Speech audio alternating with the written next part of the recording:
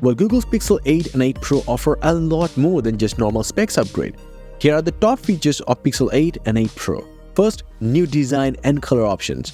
The first thing you will notice about the Pixel 8 series is its new design with more rounded curvy corners, slightly different camera bar as well, and new colors.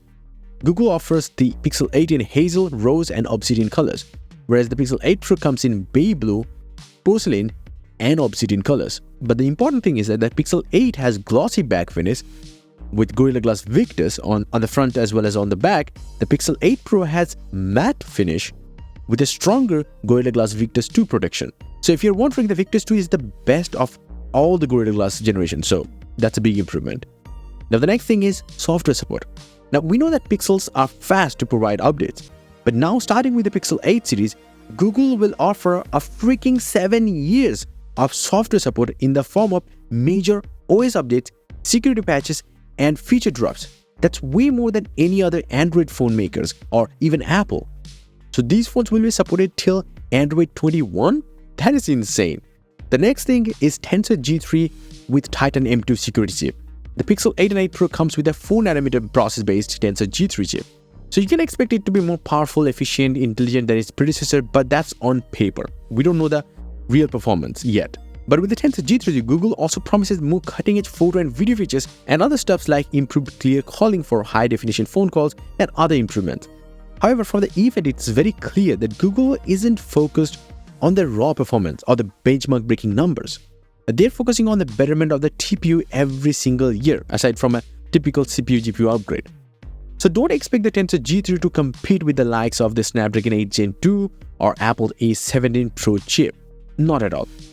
With the Tensor G3 and Bard, Google Assistant can now summarize pages in Chrome too and read them aloud even in any language you have chosen. Call screen now lets you respond to people without having to say anything, and it can also detect if it's that important or it's a typical scam callers and answer them using a very real human voice. I'm surprised with that. Unfortunately, the person you're calling cannot take your call right now. Have a nice day. For appointment confirmation calls, this is amazing. Now the next thing is actually in the camera department. Pixels are known for their cameras. The Pixel 8 and 8 Pro gets a new hardware too. Both share a 50 megapixel f1.68 aperture, 1/1.31" main sensor. But the Pixel 8 has a 12 megapixel f2.2 120.5 degree field of view ultra wide angle lens, whereas the Pixel 8 Pro has a 48 megapixel f1.95 125.5 degree field of view ultra wide angle lens. The resolution difference as well as the aperture difference is a lot. And then there is the typical 48 megapixel f2.8 telephoto lens with 5x zoom and 30x hybrid zoom on the Pixel 8 Pro. Now both phones have also 10.5 megapixel selfie cameras, but with few weird differences. I mean, like, there is final autofocus on the front-facing camera, but unfortunately that is only for the Pro model. The Pixel 8 still has a fixed focus cameras, but at least all the cameras can shoot up to 4K 60fps videos. That's good. The Pixel 8 Pro also offers a multi-zone laser detection autofocus, while the Pixel 8 only offers a single-zone LDF. Same cameras, but why? On top of that, Google specifically mentions that the Pixel 8 Pro features Pro controls, while the Pixel 8 doesn't, while having the same main camera. Now another thing is that the Pixel 8 Pro has high-resolution images feature, which means you can take the full advantage of the whole sensor, but that's not something coming to the Pixel 8. Now it's time for the software magics. Audio Magic Eraser is coming that lets you remove distracting background noise from your saved videos so you can focus on what you are actually trying to listen to. It can be city noise, music playing in the background, or it can even be a dog barking in the background. We miss you. Pretty cool.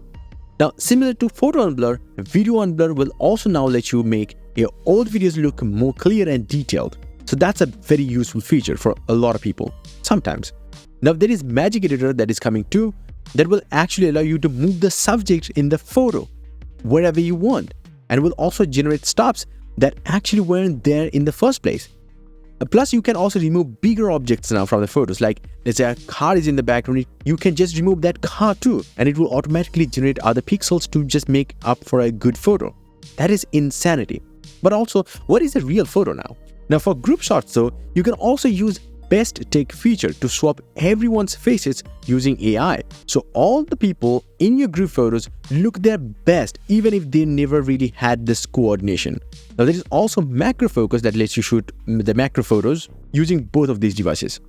Now the next big thing that I'm really excited about, night sight is coming to videos. Night sight is a night photography feature that Google first introduced with the Pixel 3, and it literally changed the game for the whole industry. With the launch of the Pixel 8 series, Google is finally bringing the night sight to the videos. Now why it is crazy, let me explain it to you. So let's say you take a video in low light condition at 4K 30fps resolution, and the clip then sent to Google's cloud servers for processing using their supercomputers, and it is then sent back to you. Depending on the length of the video, it can take several hours. Simply, they're taking each 30 frames in a second and applying the night sight feature of the normal standard pixels to it. That's it. And then they are stitching it back. So just think about it. In a minute, that's 30 multiplied by 60, about 1,800 photos or frames. So if the video is really long, it might just take few hours.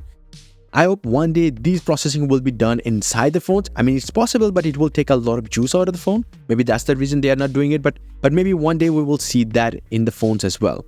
Now, the next feature is actually higher peak brightness. The new Pixel devices also feature brighter displays than any phones in the market. The Pixel 8 actually goes up to 2000 nits outdoor, while the Pixel 8 Pro can go up to 2400 nits of peak brightness, the highest in any mainstream brand. I'm not taking into account the Chinese brand. For reference, the iPhone 15 Pro Max can reach up to 2000 nits of peak brightness, whereas the S23 Ultra can go up to 1750 nits. Yeah, this is really bright. Now, you have to keep in mind that these all panels that I'm talking about are from Samsung Display. So, yeah. Now, even though the 6.2-inch Pixel 8 and 6.7-inch Pixel 8 Pro has 20:9 120Hz high refresh rate flat display panels with very thin and symmetrical bezels, the refresh rate can go only down to 60Hz on the Pixel 8, whereas the Pixel 8 Pro can definitely go down to even 1 Hz. Why the Pixel 8 can only go to 60Hz? No idea. The new temperature sensor is the next big thing. There is actually infrared temperature sensor on the Pixel 8 Pro. Well, you can actually use this feature to monitor temperature of almost anything. There is an app for that as well. But even though it can take human body temps too, but they need FDA approval for this option to get added, so maybe soon we are gonna see that too. The Pixel 8 Pro also features a new ultra-wideband chip. Google hasn't talked about that, maybe in the future they're gonna talk about it. The Pixel 8 actually doesn't have that. Now the last thing are the other features. The Pixel 8 Pro has 1TB storage option for the power users, but only for certain markets. Unfortunately, that 1TB storage is only for the Pixel 8 Pro, not for the 8. Both devices also start at 128GB base storage. Unlike the Galaxy Ultra model or the iPhone's Pro Max, they both start at 256. The Pixel 8 also has 4485 mAh battery. The Pixel 8 Pro has 5050 mAh battery, a slight improvement. But Google claims they're gonna give you beyond 24 hours battery life. I mean, that's marketing. Google says that it has upped the fast charging speed for both the phones to 27 watts and 30 watts respectively. Both phones also have wireless charging but do not support the Qi 2 protocol. Also, the Pixel 8 Pro comes standard with 12GB of LPDDR5X RAM, which is really good.